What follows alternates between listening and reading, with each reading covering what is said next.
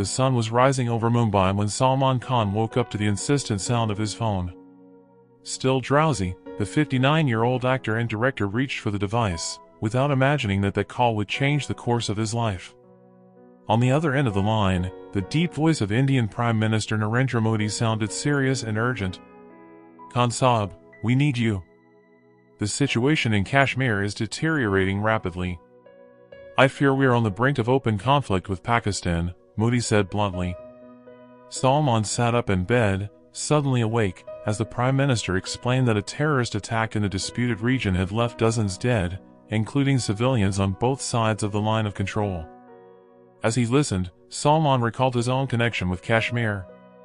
His paternal grandfather had been born in Srinagar before the partition of 1947, and although his family was Muslim, they had chosen to remain in India. This heritage had always placed him in a unique position, respected in both India and Pakistan, despite tensions between the countries. "Why me?" Salman finally asked, confused by the request. Modi sighed on the other end of the line. "Because you were perhaps the only person both sides would listen to. Your influence transcends borders, religions, and politics. We need someone who can start a dialogue when traditional diplomatic channels are failing." After hanging up, Salman sat on the edge of the bed for several long minutes. His mind wandered between memories of filming in Kashmir, the beauty of the valleys surrounded by the Himalayas, and the stories his grandfather told about that disputed land. The conflict over the region dates back to the independence and partition of the Indian subcontinent in 1947, when the decision over the fate of Kashmir, with a Muslim majority but ruled by a Hindu Maharaja, resulted in decades of territorial dispute. Hours later, in his office at production company Salman Khan Films, he gathered his closest team. "Cancel all your appointments for the next few weeks," he instructed, as he paced the room nervously. "We need to assemble a special team for this project." His personal assistant, Ravi Sharma, looked at him with concern. In 20 years of working with Salman, I had never seen him so tense. "By John," said Ravi, using the affectionate nickname by which Salman was known, "are you sure about this? You are not a diplomat, you are an artist. This is extremely dangerous terrain." Salman stopped walking and stared out the window, taking in the Mumbai skyline. "That's precisely why, Ravi. Maybe it's time to use my voice for something bigger than entertainment." That same night, while watching news reports showing troops being deployed on both sides of the border, Salman received another surprising call. It was Bilawal Bhutto Zardari, the foreign minister of Pakistan. "Mr. Khan, I have heard that you have been invited by the Indian government to mediate the situation. I would like to extend the same invitation from the Pakistani side." The coincidence was too strange to ignore. How had both governments reached the same conclusion simultaneously? Salman suspected there was more to this story than met the eye, but decided not to question it. If there was a chance, however small, to help prevent an armed conflict, he needed to try. 3 days later, Salman boarded a flight to New Delhi. At the airport, he was greeted by a crowd of fans and journalists. "Salman, do you really think you can resolve a conflict that diplomats and politicians haven't been able to in over 70 years?" shouted a reporter. He just smiled, waving to the crowd, but inside he felt the weight of the responsibility he had accepted. In a private room at the Ministry of External Affairs, Salman met with S. Jaishankar, the Indian minister. "I will be frank with you, Mr. Khan," said Jaishankar, pouring him a cup of tea. "This initiative is highly unconventional and, for many in government, controversial." But the Prime Minister insisted. "He believes we need new approaches." Salman nodded, taking a sip of the hot tea. "What exactly do you expect me to do?" Jaishankar slid a folder across the table. "First, we want you to travel to Kashmir. Talk to ordinary people, listen to their stories. Then, cross the line of control and do the same on the Pakistani side. Your presence will draw attention to the situation without the political charge of an official visit."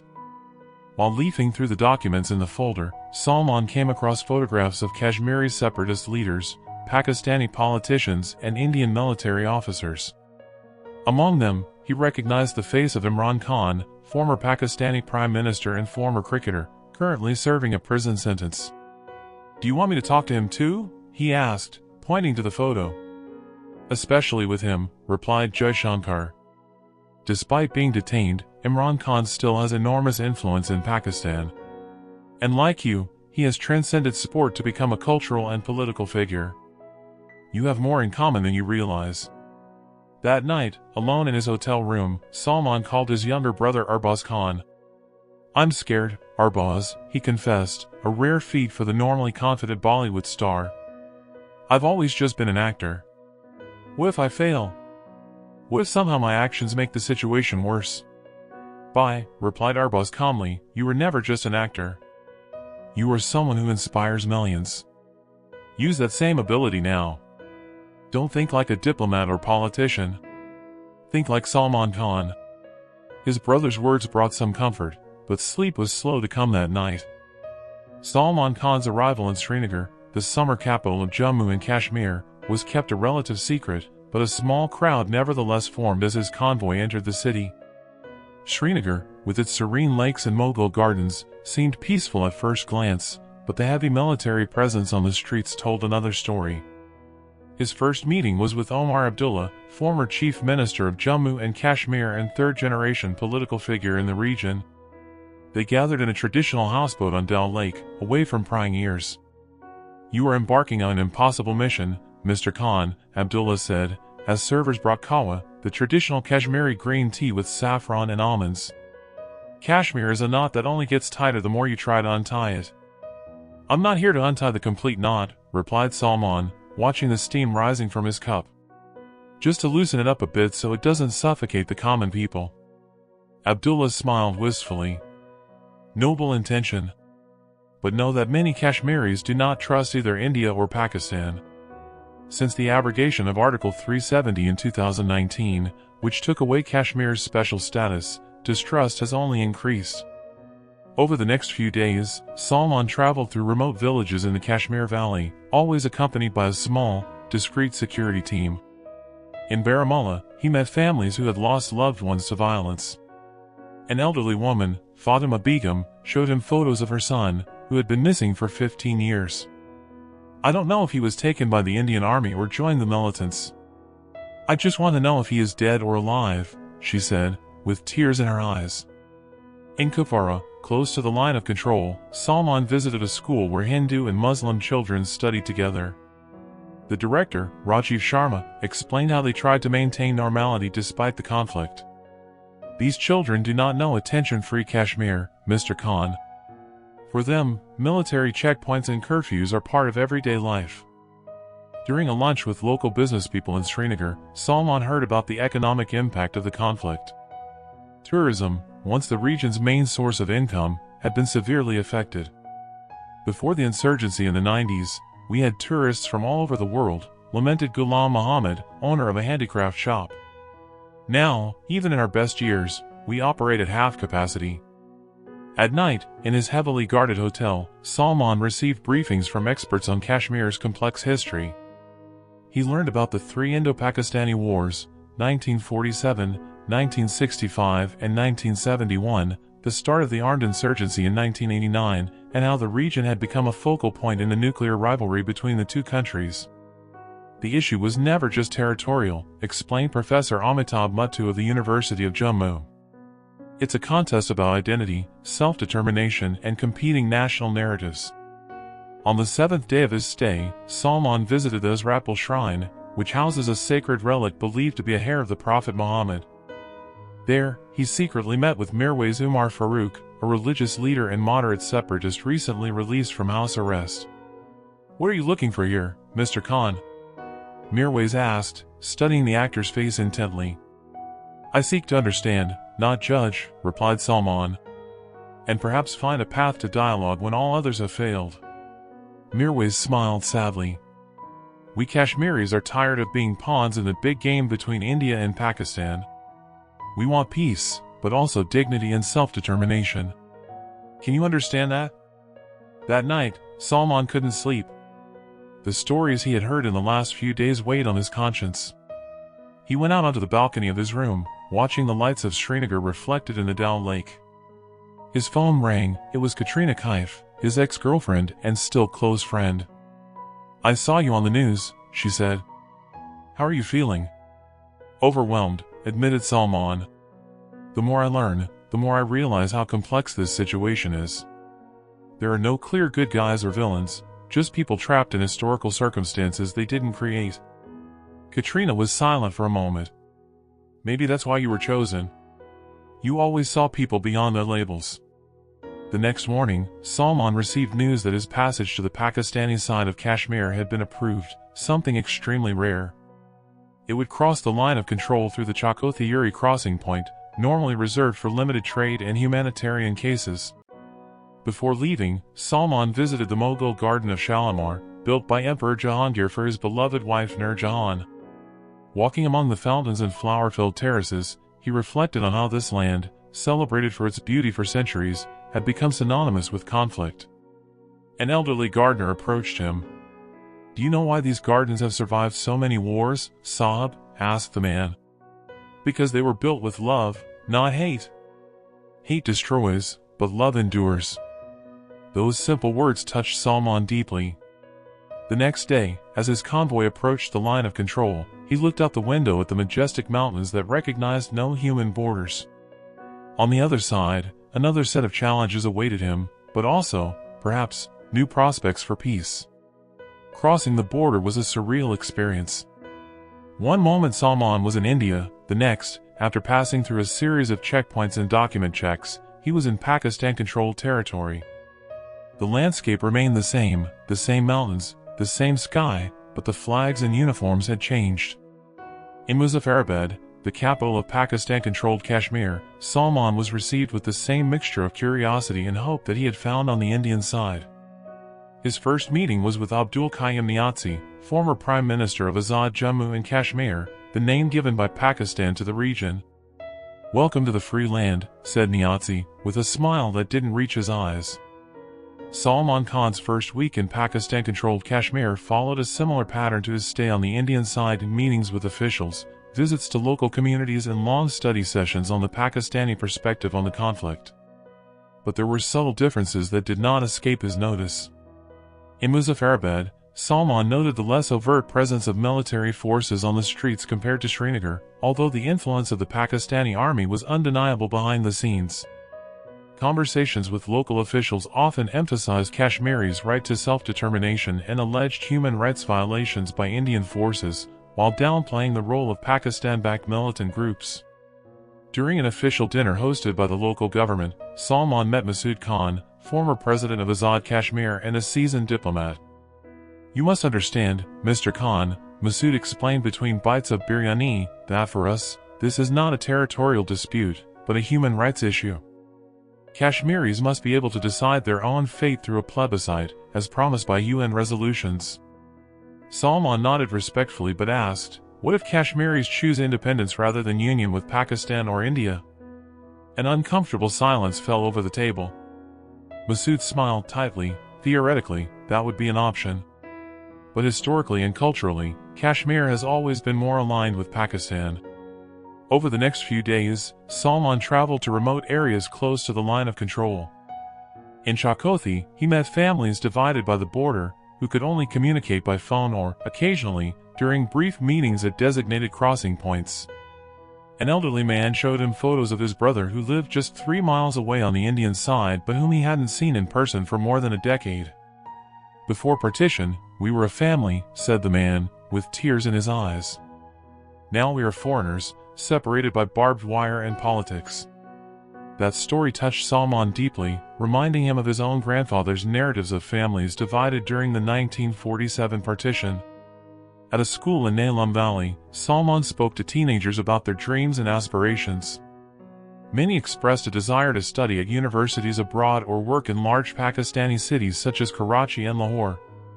"We love our land," said a 16-year-old girl named Aisha, "but we want opportunities that only exist far from here."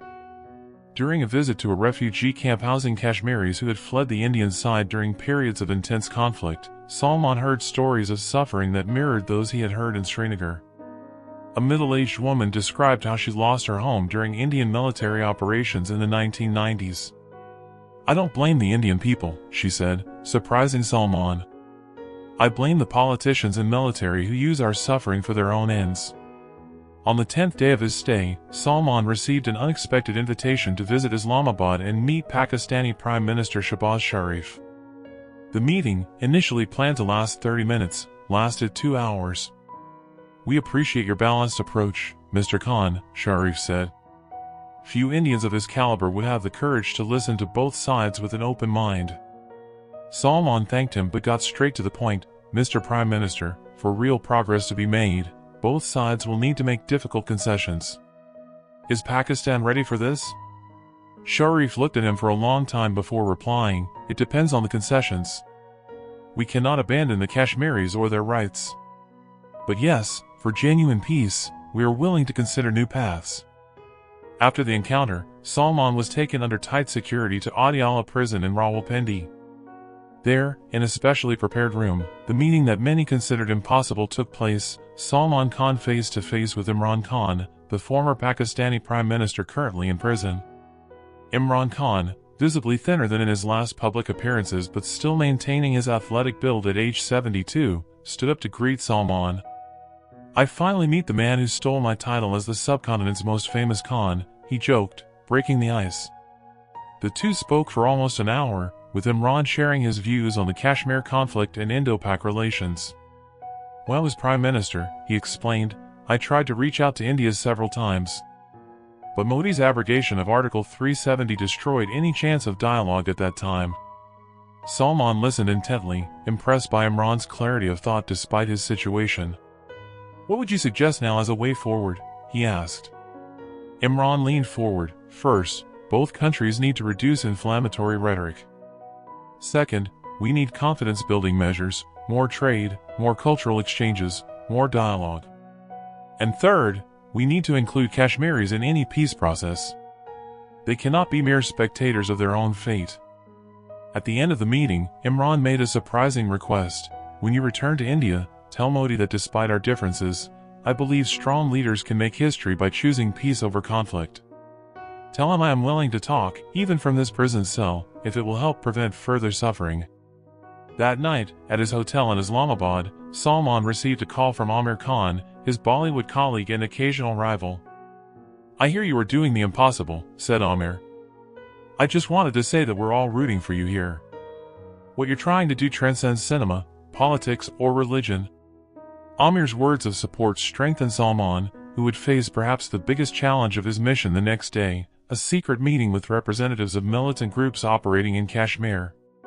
The meeting, arranged by Pakistani intermediaries, would take place at an undisclosed location for security reasons.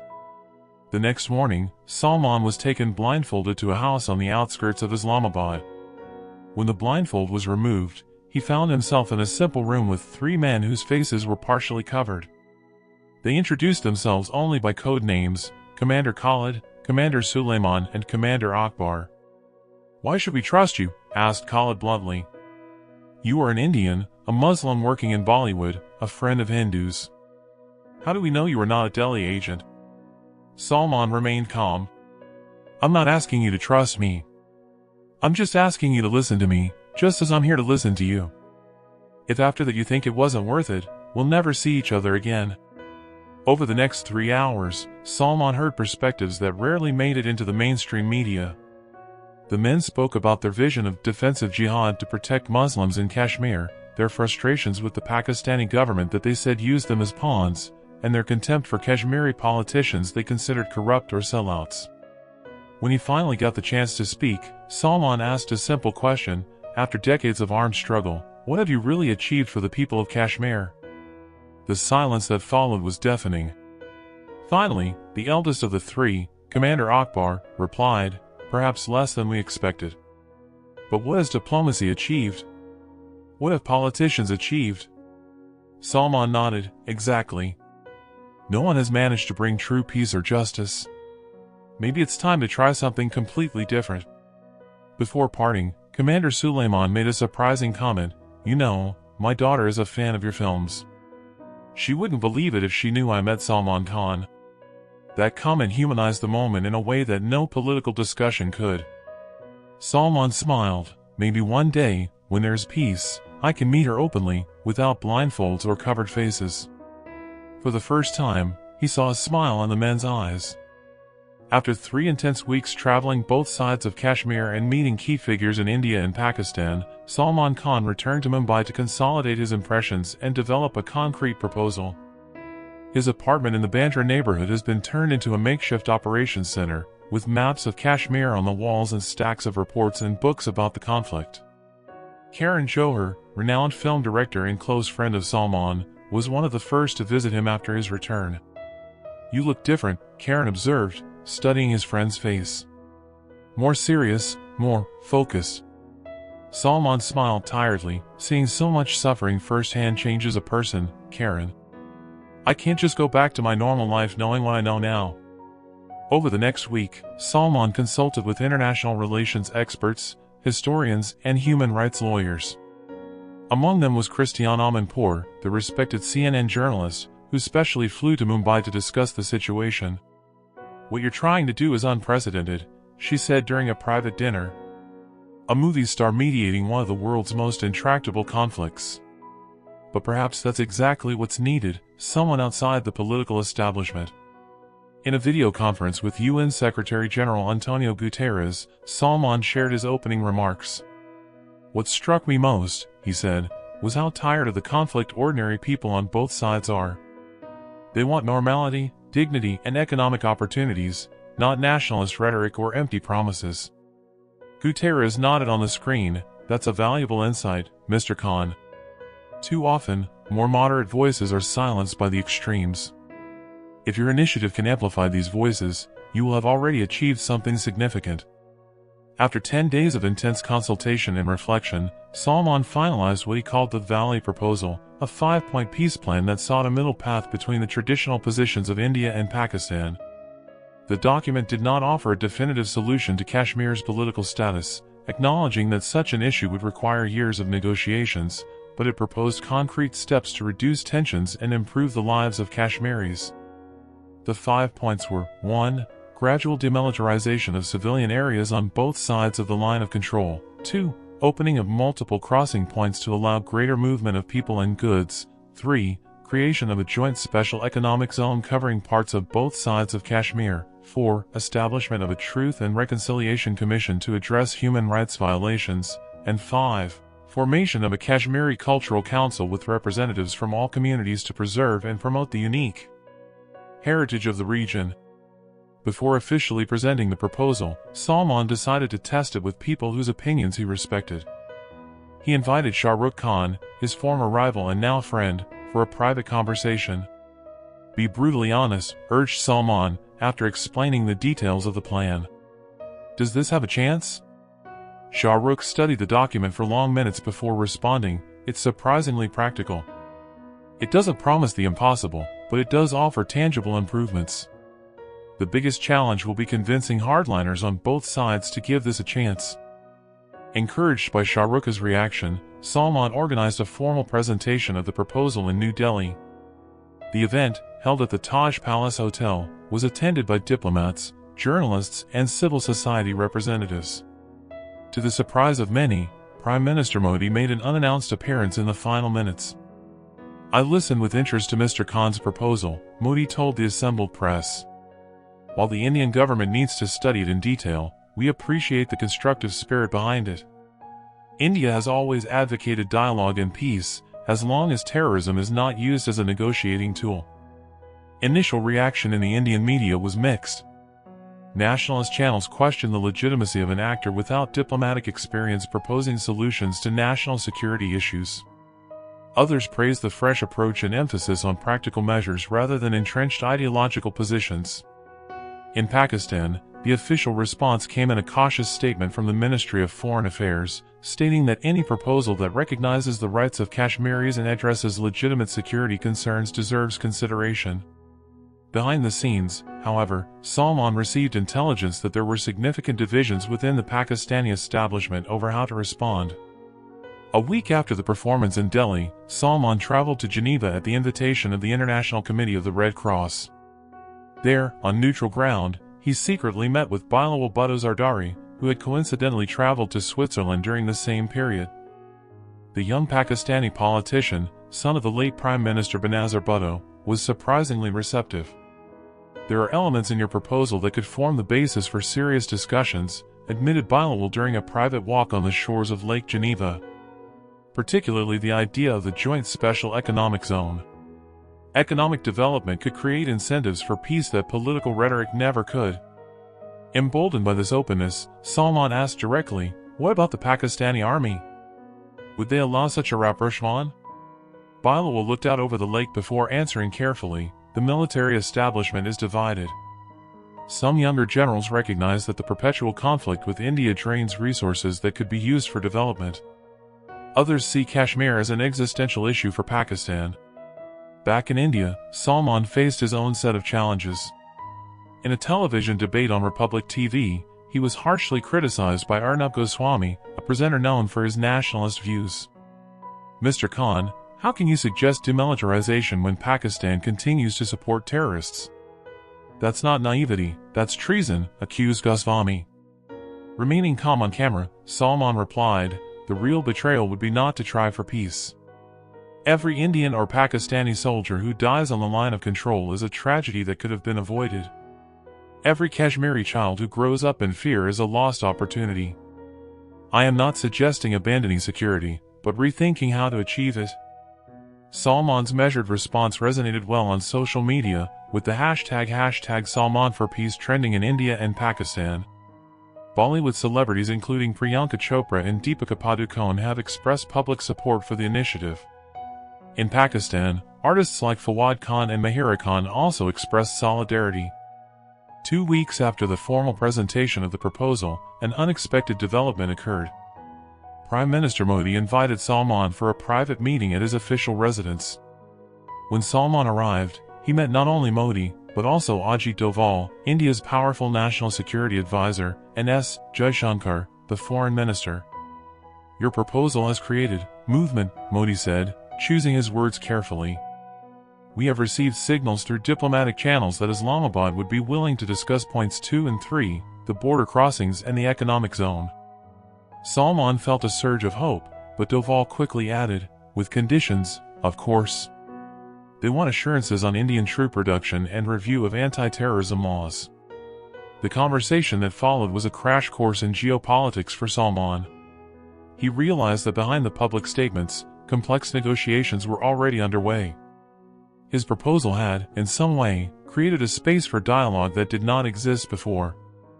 At the end of the meeting, Modi made a surprising request, "Mr. Khan, we would like you to continue your involvement. Not as an official negotiator, that would be the prerogative of governments, but as a facilitator. Someone who can speak to all parties without the burden of the official position." Salman hesitated. "Mr. Prime Minister, I have professional commitments, films lined up." Modi smiled, "Indian cinema will survive without you for a few months. Peace in Kashmir may not have another opportunity like this." In the following weeks, Salman embarked on an intense round of informal diplomacy. He traveled to Washington, where he met with the American Secretary of State, to London, where he spoke with representatives of the Kashmiri diaspora, and to Riyadh, where Saudi Crown Prince Mohammed bin Salman offered financial support for development projects in Kashmir. At each stop, Salman refined his message: peace in Kashmir was not just desirable, but possible and practical. It did not require either side to completely abandon its historical positions, only to create space for gradual improvements in the lives of ordinary people. A pivotal moment occurred during the UN General Assembly in New York. Although he had no official status, Salman was invited to a side event on conflict resolution. In the audience were representatives from both countries, sitting on opposite sides of the auditorium. "I've spent the last few weeks listening to experts on geopolitics," began Salman. "But the voices that resonated most with me were those of ordinary people in Kashmir. The mother who can't visit her daughter across the border. The trader whose family business was destroyed. The student who dreams of a future without military checkpoints." As he spoke, Salman noticed something extraordinary. The Indian and Pakistani diplomats, normally avoiding all contact, were both nodding in agreement. "Maybe it's time we admit a simple truth," he continued. "No side can impose its complete solution. But both sides can work to reduce suffering while seeking a path forward." After the event, a moment occurred that would be widely reported. the Indian and Pakistani representatives, who had not publicly greeted each other in years, briefly shook hands. A small gesture, but symbolically powerful. Back in India, Salman was surprised by a call from opposition leader Rahul Gandhi. "I want you to know that we support your efforts, regardless of our differences with the Modi government," Gandhi said. Peace in Kashmir transcends partisan politics. As formal diplomacy slowly began to move forward, with technical meetings being scheduled between Indian and Pakistani representatives in Singapore, Salman turned his attention to public opinion. He knew that any agreement would need popular support to survive. With the help of friends in the film industry, Salman produced a short documentary titled Voices of Kashmir, featuring personal stories from both sides of the line of control. The film, released simultaneously in India and Pakistan, became a cultural phenomenon, humanizing a conflict that was often discussed only in abstract or nationalistic terms. In an interview with the BBC, Salman explained his vision: "I'm not looking for a grand historic deal that resolves all issues at once. I'm looking for small steps that build trust and improve real lives. If ordinary people start to see tangible benefits from peace, politicians will eventually follow." Salman's pragmatic approach began to gain influential followers. Ratan Tata, the respected Indian industrialist, announced that the Tata Group would be willing to invest in the proposed Joint Special Economic Zone if it were established. On the Pakistani side, Malik Riaz, one of the country's biggest businessmen, made a similar commitment. As momentum built, an incident threatened to derail the entire process. A shooting attack at a market in Srinagar left 3 civilians dead. Pakistani militant groups claimed responsibility, calling it a protest against the false peace being negotiated. The immediate reaction in the Indian media was furious, with many commentators declaring the peace process dead. Salman, who was in Dubai for a meeting with potential investors, cancelled all his commitments and flew directly to New Delhi. At an impromptu airport news conference, he made an impassioned plea: "This attack was designed precisely to kill hope. If we react with anger and retaliation, we are giving the terrorists exactly what they want. The real courage now is to continue the dialogue, not abandon it." To the surprise of many observers, the Indian government showed restraint. Instead of making public accusations against Pakistan, Modi issued a measured statement: "We condemn this cowardly act of violence. The perpetrators will be brought to justice. But we will not allow terrorists to dictate our peace agenda." On the Pakistani side, Prime Minister Sharif went beyond the usual denial script, explicitly condemning the attack and offering cooperation in the investigation. In a phone call with Modi, the first direct communication between the leaders in years, Sharif expressed condolences to the families of the victims. This moment of crisis, which could have destroyed the fragile process, ended up strengthening it. Public opinion in both countries noted the leaders' mature response, in contrast to the usual cycles of accusation and counter-accusation. 2 weeks later came the announcement that few would have considered possible months earlier. India and Pakistan agreed to implement the first 2 points of the Valley Proposal, the opening of new crossing points on the line of control and the beginning of feasibility studies for the Joint Special Economic Zone. The sun was rising over the Kashmir Valley when Salman Khan arrived at the Uri-Muzaffarabad crossing point. 6 months had passed since the presentation of his Valley Proposal, and today would be the official opening of the first new border crossing point, a historic moment that few believed possible. Crowds were already forming on both sides of the border, with families separated for decades eager to be reunited. Journalists from around the world positioned their cameras, ready to capture the moment when the barriers would be symbolically removed.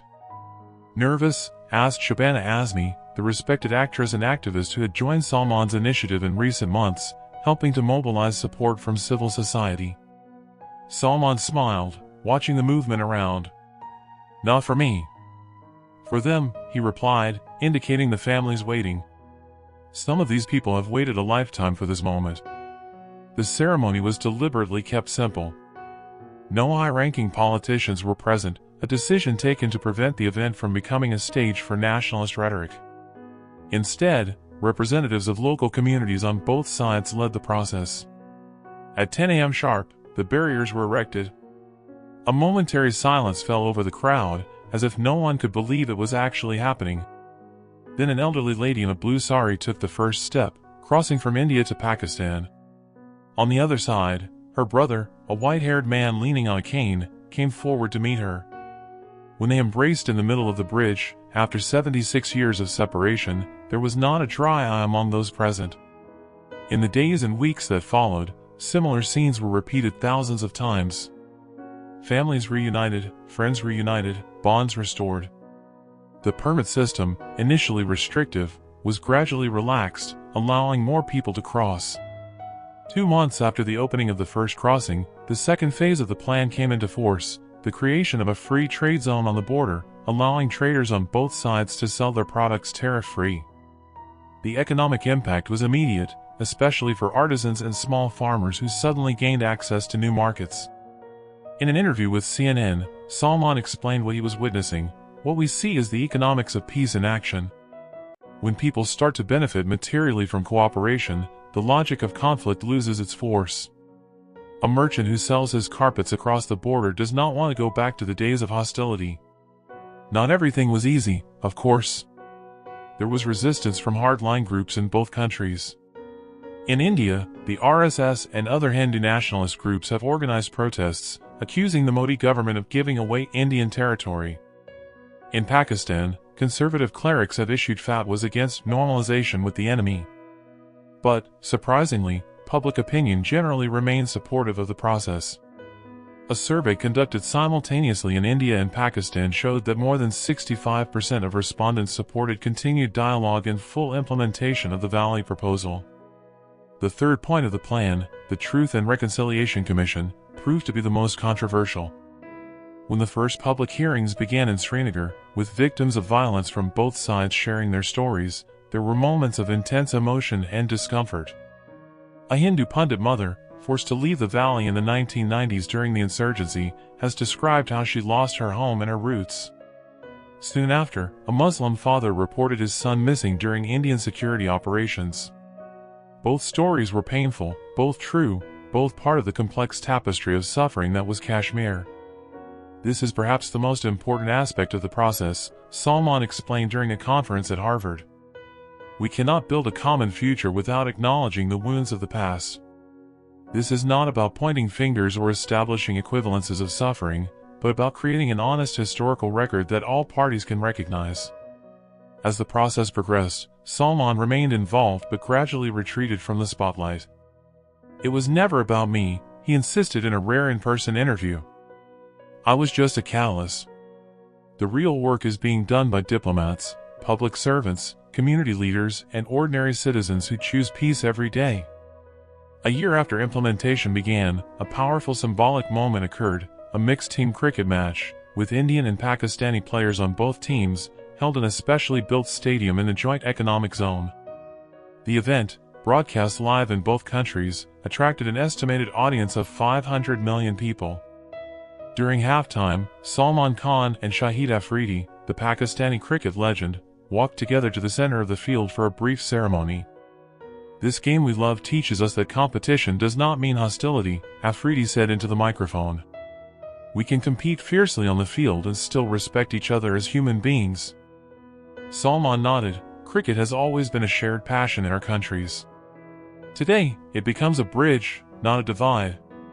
The crowd, made up of equally Indian and Pakistani fans, applauded enthusiastically. Behind the scenes, more serious negotiations continued. The question of Kashmir's final status remained unresolved, but had been effectively put on hold while practical confidence-building measures moved forward. As one Indian diplomat commented anonymously, we are following the post-war European approach, functional integration first, sovereignty issues later. 18 months after the process began, the UN Secretary-General visited the region, becoming the first head of the United Nations to visit both sides of Kashmir in decades. In a speech in Srinagar, he praised what he called the Kashmir model of conflict resolution. What we see here is a lesson for the world, he declared. When ordinary people are placed at the center of the peace process, when their needs and aspirations guide negotiations, progress becomes possible in even the most intractable conflicts. During this visit, Salman met privately with the Secretary-General. What you started here could be applied elsewhere, said the Portuguese diplomat. Gaza, Ukraine, Sudan, all could learn from this gradual, people-centered approach. Salman smiled modestly. I didn't invent anything new. I just helped people see the obvious, that peace brings more benefits than conflict, and that small steps can lead to big changes. 2 years after the presentation of the Valley proposal came the announcement that many considered impossible. The Prime Ministers of India and Pakistan agreed to meet in person in the newly established Kashmir Neutral Zone, a small territory on the line of control designated as an international space under UN supervision. The summit, although short and mostly ceremonial, produced the Kashmir Declaration, a document that formalized both countries' commitment to the peace process and established a timetable for full implementation of the 5 points of the original proposal. On the eve of this historic meeting, Salman received an unexpected phone call. It was Prime Minister Modi.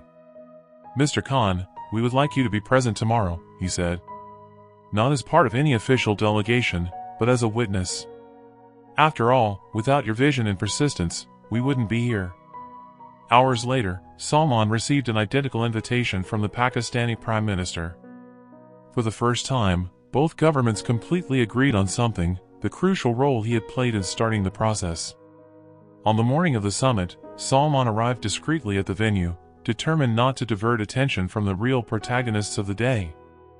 But when the two prime ministers spotted him, they both addressed him, creating a historic photograph that would be reproduced in newspapers around the world. The leaders of India and Pakistan, side by side, greeting the man many now called the Ambassador of Peace. After the ceremony, Salman walked alone across the new bridge connecting the two sides of Kashmir. He stopped in the middle, exactly on the line of control, and watched the valleys stretching out in both directions. The same mountains, the same rivers, the same sky, a land that history and politics had divided, but that common humanity was slowly reuniting. A group of school children passed by, some wearing Indian uniforms, others Pakistani, all laughing and chatting as if the border they were crossing had not, until recently, been one of the most militarized in the world. A girl stopped and looked at him curiously. "You're Salman Khan, aren't you? The actor who helped bring peace?" she asked in Kashmir. Salman smiled and crouched down to her level. "I'm just one of many who helped," he replied.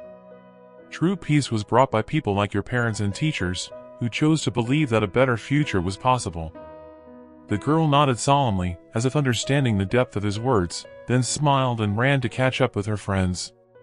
Salman watched her walk away, feeling an emotion he couldn't quite name, a mix of pride, humility, and hope for the future. That night, in his hotel room in Srinagar, Salman received a call from his father, Salman Khan, the legendary screenwriter. "My son," said the elderly man in a choked voice, "you have created something more lasting than any film. You have written a new script for history." As he watched the lights of Srinagar through the window, Salman reflected on the extraordinary journey of the past 2 years. From actor and celebrity to unlikely mediator, he had discovered a calling he never imagined. The road to complete peace was still long, with many challenges ahead, but something fundamental had changed. The narrative of the inevitability of conflict had been broken. In his personal diary that night, Salman wrote words that he would later share in his Nobel Peace Prize acceptance speech. "Peace is not a destination, but a journey. It happens not in grand dramatic gestures, but in thousands of small acts of courage and compassion. And perhaps the greatest act of courage is simply refusing to be someone's enemy, even when everything around you says you should be."